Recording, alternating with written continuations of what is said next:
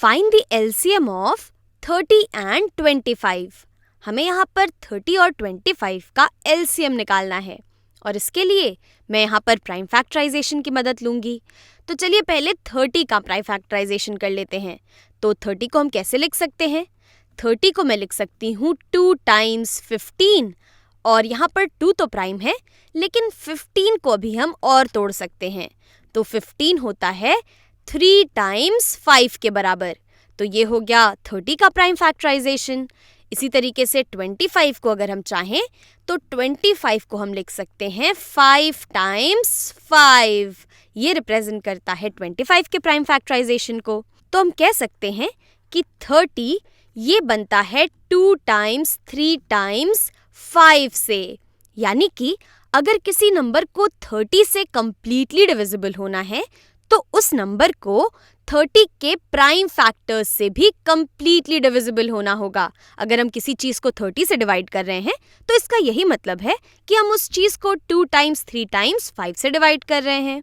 इसी तरीके से अगर किसी चीज को 25 से कंप्लीटली डिविजिबल होना है तो इसका मतलब है कि उस चीज को 5 टाइम्स 5 से कंप्लीटली डिविजिबल होना होगा।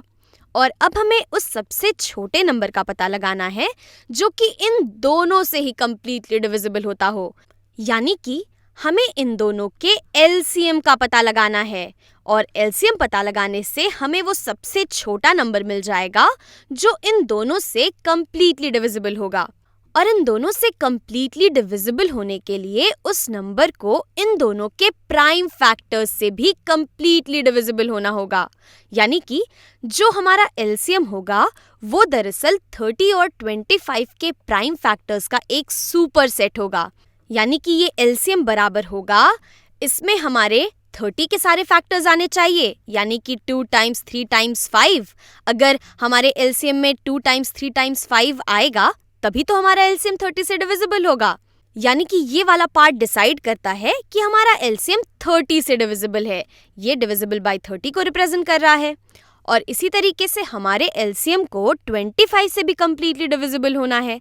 यानी कि हमारे एलसीएम में 5 टाइम्स 5 भी आना चाहिए। और यहाँ पर एक 5 तो हमारे पास पहले से ही है। अगर मैं एक 5 यहाँ पर और डाल देती हूँ तो यहाँ पर हमारे पास आ गया 5 टाइम्स 5 और ये रिप्रेजेंट कर रहा है कि हमारा एलसीएम ये 25 से भी डिविजिबल है। अगर हमारे इस एलसीएम में कोई भी एक नंबर यहाँ पे नहीं रहता, अगर हमारे पास 2 नहीं रहता तो हमारा ये एलसीएम 30 से डिविजिबल नहीं होता। और अगर हमारे पास कोई एक 5 नहीं होता यहाँ पे तो हमारा एलसीएम 25 से डिविजिबल नहीं होता। तो हमारे एलसीएम को 30 और 25 इन दोनों से कंप्लीटली डिविजिबल होने के लिए ये बहुत ज़रूरी है कि इनके सभी प्राइम फैक्टर्स हमारे एलसीएम में आते हों। और ये हमारा वो सबसे छोटा नंबर है जो इन दोनों से डिविजिबल है। अगर मैं इस चीज़ को किसी और नंबर से भी मल्टीप्लाई कर देती हूँ तो वो भी तो 30 और 25 से डिविजिबल होगा, लेकिन वो नंबर हमारा लीस्ट कॉमन मल्टीपल नहीं होगा, वो सिर्फ एक कॉमन मल्टीपल होगा।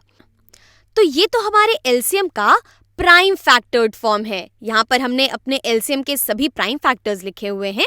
चलिए पता लगा लेते हैं कि आखिर हमारा एलसीएम है क्या।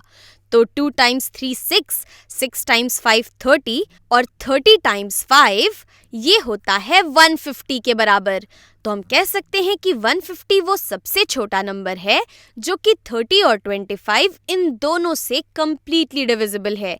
यानी कि 150 30 और 25 का एलसीएम है।